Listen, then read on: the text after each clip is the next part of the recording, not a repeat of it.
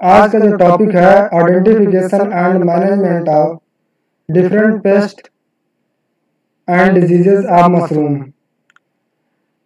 अगर देखा जाए तो मशरूम में भी अन्य फसलों के में जैसे पैथोजन या पेस्ट अटैक करते हैं, वैसे मशरूम में भी करते हैं, जो बहुत सारे फंजाई, बैक्टीरिया, वायरल डिजीज होते हैं। इसके अतिरिक्त साथ ही साथ इंसेक्ट भी होते हैं, माइट्स और रोडेंटस भी कुछ डिस्टर्ब करता है उसके सबस्ट्रेटम को। तो हम कुछ एग्रिकस बायोस्फोरस में जो कुछ रोग लगते हैं उसके बारे में हम आज जिक्र करेंगे। पहला रोग आता है dry bubble caused by verticillium fungicola. यह रोग बहुत ही अर्ली स्टेज में आता है और इस मशरूम के कैप के ऊपर ब्राउन स्पॉट या भूरा धब्बा दिखाई देता है।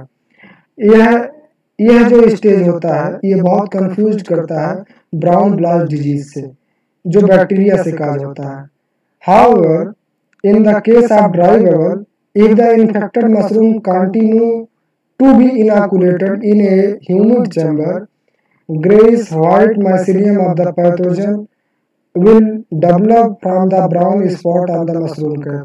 अगर हम लगातार ह्यूमिड कंडीशन या ह्यूमिड चैम्बर में ग्रो कर रहे हैं या इनोकुलेट कर रहे हैं तो उस केस में यह रोग ज़्यादा आता है, जो कि ग्रेइश, जैसा कि फिगर में आपको दिखाई दे रहा है, ग्रेइश व्हाइट माइसीलियम दिखाई देता है उसके कैप के ऊपर, या in later on it will become brown in colour on mushroom cap.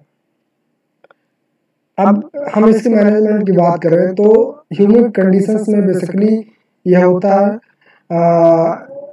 तो the environmental condition must conducive to the growth of verticillium, high relative humidity and high relative temperature. Therefore, an effective ecological control would be to reduce the relative humidity and temperature in growing rooms.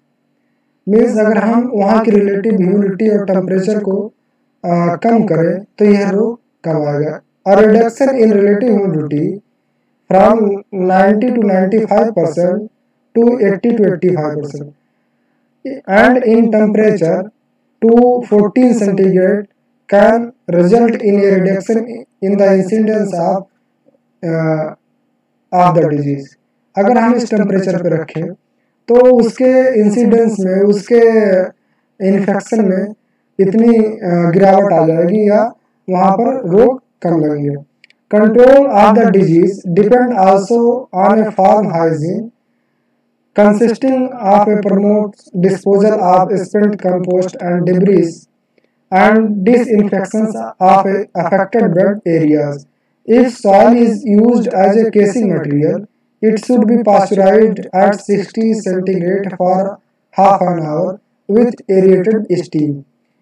तो जैसे पहला है इसका कि temperature हम 14 centigrade maintain करें और plus relative humidity 95%, और जो हम यूज और वहाँ फार्म पर जो है हाइजीन अपनाएं, जो भी कंपोस्ट या डेब्रिस यूज कर रहे हैं उसको हम डिसइंफेक्ट करें उस बेड एरिया सराउंडिंग, और सॉइल जो हम केसिंग के रूप में यूज कर रहे हैं उसको पास्चराइज करना चाहिए 60 सेंटीग्रेड पर आधे घंटे के लिए एरेटेड स्टीम से। दूसरा जो रोग आता है वेट बबल काज्ड बाय माइकोगोन परनिसिकोसा। इसका जो सिम्टम होता है, infection of mushroom fruit bodies result in the mall formed stock and cap.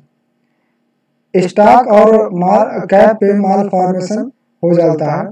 The surface of diseased mushroom is covered by a white felt of mycelium of the pathogen. The undifferentiated tissue of the cap and stalk become necrotic। अगर cap की बात की जाए और stock और cap के बीच में जो होता है अनडिफरेंशिएटेड टिश्यू हो जाते हैं और यह आगे चल के नेक्रोटिक हो जाते हैं। नेक्रोटिक मतलब मीन्स डेड टिश्यू हो जाते हैं with a wet soft rot dripping a brown liquid। The name wet bubble is derived from the foul smelling and misshapen wet mushroom tissues। Wet bubble का जो नाम लिया गया है उसके फाउल स्मेलिंग मीन्स दुर्गंध से, और मिस सेपन मीन्स जो उसका शेप है वो डिफर जो हो जाता है या डी शेप का हो जाता है from the wet mushroom tissue. अब इसका मैनेजमेंट हम कैसे करते हैं? Disinfection of casing material. Casing material क्या होता है कि जब हम गार्डन सॉइल और कंपोस्ट को मिलाकर 10 से 12 दिन बाद जब उसके ऊपर एक लेयर लगाते हैं तो उसको हम केसिंग बोलते हैं। तो उसको हम डिसइंफेक्शन करते हैं। और steam air pasteurization of soil, soil को हम पास्चराइज करते हैं। So if soil is used as a casing material, अगर हम सॉइल को यूज कर रहे हैं केसिंग मटेरियल के रूप में तो can control the disease. It is necessary to protect the developing mushroom fruiting bodies throughout the period of cropping.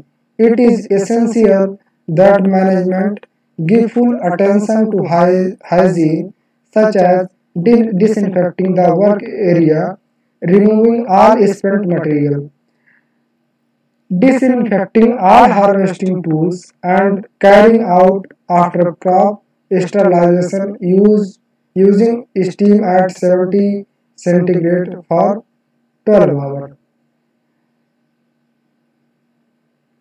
Whatever I said in the case of symptom, you can see in the photo. And next disease is mildew, mushroom mildew. Mushroom mildew disease caused by Cladiobotrym species. The symptom of Cladiobotrym species. This disease is characterized by a cotton wool type of growth of the pathogen on the mushroom fruiting bodies. जैसा कि अगर mildew की बात की जाए तो एक silkie membrane या कॉटनी ग्रोथ हो जाता है। जैसे अन्य क्रॉपों में अगर आप पढ़े होंगे तो यह बताया गया होगा। तो अगर मिल्डी का मतलब है cottony growth, cottony growth downy mildew और पाउडरी मिल्डी आ जाते हैं। तो downy means lower surface, powdery means upper surface. In later वो दोनों बोथ सरफेस हो जाते हैं। लेकिन अगर मिल्डी की डिफिनेशन की बात की cottony growth, cottony wool type of growth of the pathogen on the mushroom fruiting bodies and spread over the casing layer। पहले क्या होता है कि मशरूम फ्रूटिंग बॉडीज पर एक कॉटनी ग्रोथ हो जाता है माइसीलियम का, फंगस का या पैथोजन का। उसके बाद ये केसिंग लेयर पे आ जाते हैं नेबरिंग मशरूम, और उसके नेबरिंग मशरूम पर the greyish white mycelium of the pathogen can develop the mushroom fruiting body completely. Infected mushroom die with the soft wet rot। और जो इन्फेक्टेड हो जाते हैं मशरूम वो मर जाते हैं एक सॉफ्ट वेट रॉट डिजीज से। अब इसका मैनेजमेंट जो करते हैं, डिसइंफेक्शन करते हैं केसिंग मटेरियल का और स्ट्रिक्ट हाइजीन को अपनाते हैं इस रोग के नियंत्रण में। अगला जो आता है कि brown blast disease which is caused by pseudomonas tolaasii. यह बैक्टीरियल डिजीज है। इससे पहले जो जितना मैं डिजीज बता रहा हूँ आपको वो फंगल डिजीज था, चाहे वो क्लैडोबोट्राइम स्पीसीज की बात हो, मिल्ड्यू या फिर वेट बबल, माइकोगोन परविस्कोरा, मोल्ड भी बोलते हैं इसको, और ड्राई बबल वर्टिसिलियम फंगिकोला, ये फंजाई है और मोल्ड है। तो ये जो डिजीज है brown blast disease which is caused by Pseudomonas टोलासी, इसका सिम्टम जो होता है, यह जो डिजीज काज करता है brown slightly sunken blotches on the developing mushroom fruiting body. यह फ्रूटिंग बॉडी पर आता है जो डेवलपिंग होता है। If the affected only the surface layer of the mushroom and severe cases and in severe cases brown streak develop on the stalk. Stalk पे एक streak, एक धारी नुमा भूरा धब्बा, ब्राउन धब्बा बन जाता है और यह जो ब्लाच होता है कैप पर भी दिखाई देता है। सम टाइम कभी कभी यह yellowish to pale brown in colour, यह पीले रंग का या हल्का भूरा रंग का भी कैप पर दिखाई देता है। अब इसका मैनेजमेंट जो हम करते हैं डिजीज कंट्रोल करने के लिए मैनिपुलेट करते हैं क्रॉप इन्वायरमेंट को। चूंकि पैथोजन जो स्प्रेड होता है वो वाटर स्प्लैशिंग के थ्रू होता है। जब हम पानी का छिड़काव करते हैं, जब एक मशरूम से दूसरे मशरूम पे छिटक के जाता है तो उसे स्प्लैशिंग बोलते हैं। तो उसके द्वारा यह बैक्टीरिया भी चला जाता है और ये वहाँ जाके उस हेल्दी मशरूम को इन्फेक्ट करता है। तो हम इसके स्प्रेड को रोकते हैं। और the surface of mushroom should be maintained relatively dry. जो मशरूम का सरफेस है उसको हम ड्राई मेंटेन करते हैं। और मशरूम जो होता है ड्राई विद इन एन हावर और टू आफ्टर बेकिंग वेट और नो इन्फेक्शन अकर। अगर हम 1 से 2 घंटे उसको ड्राई रखते हैं तो इन्फेक्शन नहीं होता है। The drying can take place in an atmosphere of high relative humidity as long as there is no fluctuation in the temperature and there is no circulation of air over the mushroom bed. The temperature of the air coming into the growing room should be therefore be closely controlled.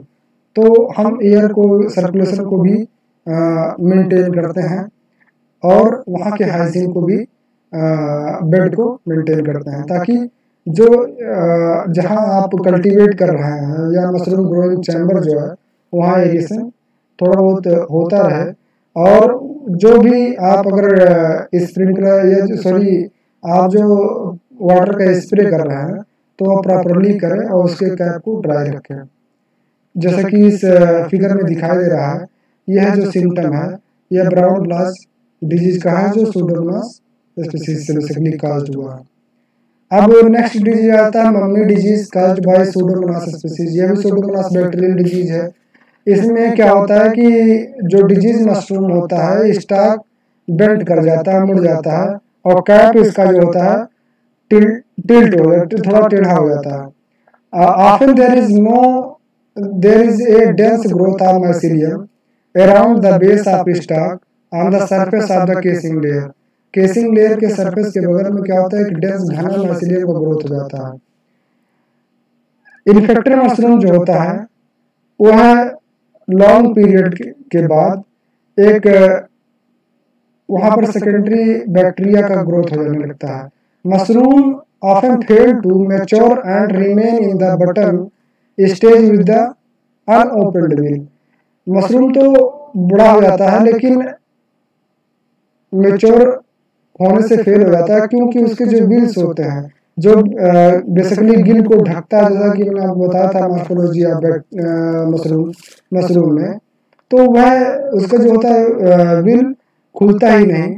Means will क्या है, एक membrane होता है जो basically cap के नीचे बीनत के नीचे कैप बीनत के नीचे जो आप गिल पा जाते हैं उसको ढका रहता है, तो वह खुलता ही नहीं, अनओपन हो जाता है। अब इसका कंट्रोल कैसे करते हैं? हम स्ट्रिक्ट हाइजीन को अपनाते हैं और डिसइंफेक्ट करते हैं केसिंग लेयर को, जिससे इन्फेक्शन रेट या इन्फेक्शन रिड्यूस हो जाता है। जैसा कि आपको इस फिगर में दिखाई दे रहा है, यह मम्मी डिजीज का ही सिम्टम है। अगला जो हो जाता है drippy gill caused by the pseudomonas agarici. यह भी एग्रिकस स्पीशीज में आता है बेसिकली, और यह भी बैक्टीरियल डिजीज है। इसमें इसका जो सिम्टम होता है, पैथोजन जो डैमेज करता है वो गिल्स टिश्यू को डैमेज करता है, जो मशरूम की फ्रूटिंग बॉडी है, मैच्योर मशरूम फ्रूटिंग बॉडीज को। Damage is restricted to the gill. Dark brown round spots appear on the side and bottom edges of the gills. Means button के जो bottom edges के जो हाँ gills है उसके चारों तरफ क्या होता है कि एक डार्क ब्राउन का सिम्टम या स्पॉट धब्बा दिखाई देने लगता है। At the centre of each spot a creamy grey droplet may show the gill surface. If the infection is severe, bacterial droplets join to the form long streak of सिलिन which may lead to the destruction and collapse of the gills। कोई भी bacterial disease है तो वहां से ooze out होता है या सिलिन लिक्विड मटेरियल रिलीज होता है, जो एक मशरूम से दूसरे मशरूम पे जाता है और उसको इन्फेक्ट करता है। फिर बाद में क्या होता है कि ये जो गिल्स हैं इस रोग से वो क्या करते हैं, कोलैप्स हो जाते हैं और गिल्स खुलता भी नहीं ना दिखाई देता है। मैच्योर मशरूम जो बेसिकली क्या होता है वो डीके करने लगता है। इसका जो मैनेजमेंट है वो डिसइंफेक्शन करते हैं केसिंग सॉइल को, जिसके द्वारा हम इस डिजीज को कंट्रोल कर सकते हैं, क्योंकि यह जो रोग आता है वो केसिंग सॉइल के थ्रू ही आता है। इसके अतिरिक्त बहुत सारे और रोग हैं जो मैं उसका नाम बता दे रहा हूँ विद कॉजल ऑर्गेनिज्म। एक आता है कि ink cap disease which is caused by coprinus. Next जो है बैक्टीरियल ब्लॉट डिजीज, जैसे मैंने आपको बताया सूडोमोनास टोलासी। एक और डिजीज आता है green mould disease. Green mould disease basically caused by trichoderma viride. Trichoderma viride के बारे में आप सुने होंगे आज तक कि यह बायोलॉजिकल कंट्रोल के रूप में यूज होता है। ट्राइकोडर्मा विरिडी हो या ट्राइकोडर्मा हॉर्जिनम हो, यह बायोलॉजिकल कंट्रोल में यूज होता है। लेकिन यह फंगस या यह माइक्रो ऑर्गेनिज्म सिर्फ मशरूम में ये रोग काज करता है, जिसका नाम है ग्रीन मोल्ड डिजीज। अगर कहीं बात आए या पूछा जाए कि ट्राइकोडर्मा विरिडी कोई रोग काज करता है तो वह एक मशरूम में करता है, जिसका नाम है green mould disease. Green mould disease mainly is caused by trichoderma viride, is severe both in bed and on the mushroom birds. यह बेड्स को भी इन्फेक्ट करता है प्लस मशरूम बर्ड को भी करता है। In addition, Penicillium and Aspergillus species may also cause moldy growth on the bed. इसके अतिरिक्त बहुत सारे पेनिसिलियम स्पीसीज हैं और एस्परजिलस स्पीसीज हैं जो मोल्डी ग्रोथ डिजीज काज करते हैं बेड पर, जैसा ट्राइकोडर्मा विरिडी का एक सिम्टम है इधर वो फोटो में दिखाई दे रहा है। इसके अतिरिक्त कुछ वायरल डिजीज हैं जो मशरूम को इन्फेक्ट करते हैं। पहला है ब्राउन डिजीज या वाटरिंग स्टाइप डिजीज है, एक्स डिजीज है, डाई बैक डिजीज है, जो वायरल डिजीज बेसिकली इसको अटैक करते हैं। अब इसके अतिरिक्त आ जाता है कि इसमें कौन कौन से इंसेक्ट लगते हैं। पहला आ जाता है मशरूम फ्लाइज। मशरूम फ्लाइज जो होता है ये अट्रैक्ट होता है, एक मशरूम का जो ऑर्डर होता है माइसीलियम का जो या मशरूम का ऑर्डर होता है उससे वो अट्रैक्ट होता है। They may occur in the blotches of the old bags. यह जो पुराना बैग होता है वो उस पे ये ज्यादा पाया जाता है। They may occur in the batches of old bags. The flies as such do not harm the mushroom but they lay egg between the lamellae and on the mycelium. ये डायरेक्टली मशरूम को नुकसान नहीं पहुंचाते हैं, लेकिन ये वहां पर पहुंच के एक लेइंग द एग्स और माइसीलियम पर या बैग पर जो उसके मार्केटिंग वैल्यू को कम कर देते हैं, और इसके लार्वी जो होते हैं वहाँ हैचिंग होती है और एक जो फसल को स्पॉइल कर देते हैं या मशरूम क्रॉप को स्पॉइल करते हैं। The only solution of the to tackle this problem is to consistently remove the old bag as well as the contaminated bag and to clean the room। बस एक ही solution है इसका कि आप जो पुराने बैग हैं उनको हटा दें या तो उसको आप क्लीन कर दें।